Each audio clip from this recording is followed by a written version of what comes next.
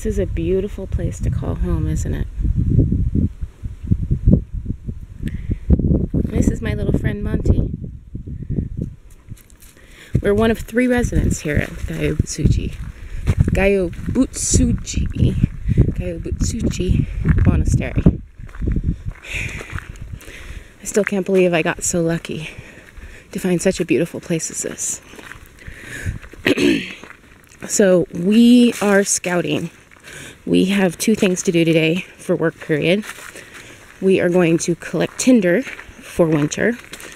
We have to collect a giant vat of it.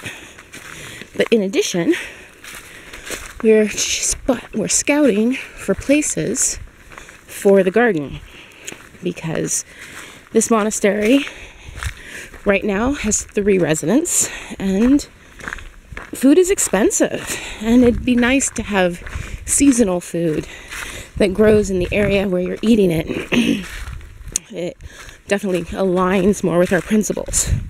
So I found the plot of land for the garden, but supposedly there's a pond around here to water it, and I'm trying to see where it's at just to get an idea of what it will take to water this garden. Whether I'm literally going to be carrying pails of water to my garden, old school style. I mean, if I gotta do it, I gotta do it. You know, one of the things about living in a monastery is you don't just stay there and get taught. You have to give back, and everything is symbiotic. And if I can help feed us, oh, I hope it's not up there. Okay, Monty, we're gonna have to turn around and go back, because I need to make sure I have enough energy left to collect tinder. You're such a good dog. Yeah, let's go get some tinders. I don't want to get all distracted and not get my work done today. It's only my first day as an official resident student. Don't want to mess it up, get kicked out on the second day. So here we go. For the next week, it's probably going to be mostly Shuryu and me trying to feel out jobs for me and study period and how we work together. One of the things he wants is he wants me to be Tenzo, because he's been doing it for a long time, and it sucks up so much of his time doing all the cooking whenever anybody shows up. And so he really needs somebody else that can do the cooking. And I think having the Tenzo also be the head gardener is going to be useful, because then the kitchen and the garden can kind of work in tandem as a team, you know. And eventually when we have more residents, that person will be able to train them, you know, and keep everything going with less work. It's going to be a lot of work, you know, cooking and maintaining a garden myself, plus 4 to 5 hours of meditation, study, and writing. It's going to be a lot, but I'm really happy.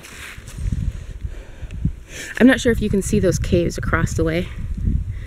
I'm obsessed with that rock face. Oh, Monty, stop. You're filthy now. Look at you. Shake off. Come on, Monty, shake yourself off. Not next to me. Silly dog. So yeah, that's kind of where I'm at. I'm going to be mostly doing meditation and working as far as cooking and gardening, cleaning, studying, a lot of memorizing. He definitely has an eye on training me towards ordination, it seems. And we've talked a little bit about it. We're kind of feeling it out. I think that's where it's going to end up.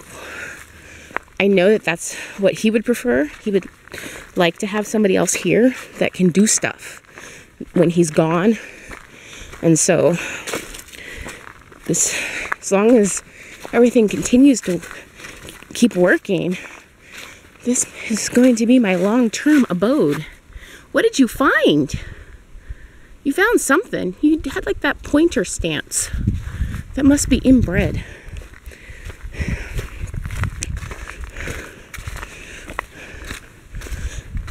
And I don't know, living off grid on the land, it feels good. It feels really good. So we will see. We've got a lot of work to do. In a minute I'll show you where we're gonna have the garden. The people who had the property before kind of cleared it, but it was like 7 years ago. So now there's all these saplings up in the way. So we're gonna have to get a bulldozer in here to clear that out so that I can get in there, get compost in there and everything. We're not gonna have a spring planting. It's just not gonna happen. But we are in northwestern Arkansas, so there's a lot of stuff I can plant in July that'll start coming up late summer all the way through like December. So that's a good chunk of time. You know, the first year is probably not going to go very well. I haven't had a garden since I was a kid, and I'm learning as I go. And so I'll just be happy if we can get something out of it the first year. But long term, it'd be nice if we were able to get all of our vegetables and beans from the garden. It would save a lot of money for the monastery. Okay, here's where the garden's going to be. You can see where the previous people cleared out all the big trees, but now there's all these saplings where they were. It's really the only spot that gets sun, so this is going to be it. And this whole property is very forested, so the fact that this has already been partially cleared will be helpful. So I think next month we'll get a bulldozer in here, and then I'll have to have him come show me where the pond is. If the pond is upstream, I may just have to carry water the first year, but then long term, you know, get a pipe or something. Figure out some way to irrigate it. Old school style. Yeah. It's cheaper and it'll be easier to just do it old school. And we don't have money to get a fancy system up here. It's just not going to happen. So I think me and Monty will be carrying some water for a while. Huh, baby?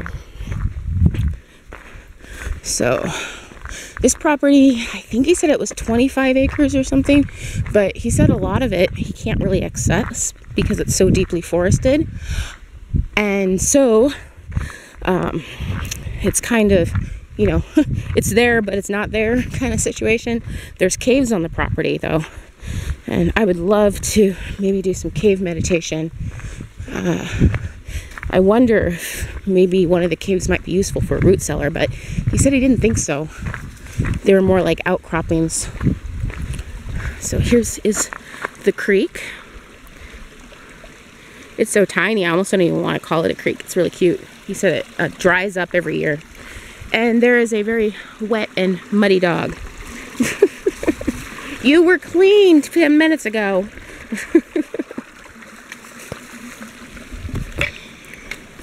Okay. Enough screwing around, baby. We gotta go get Tinder. Talk to you guys later. Ciao.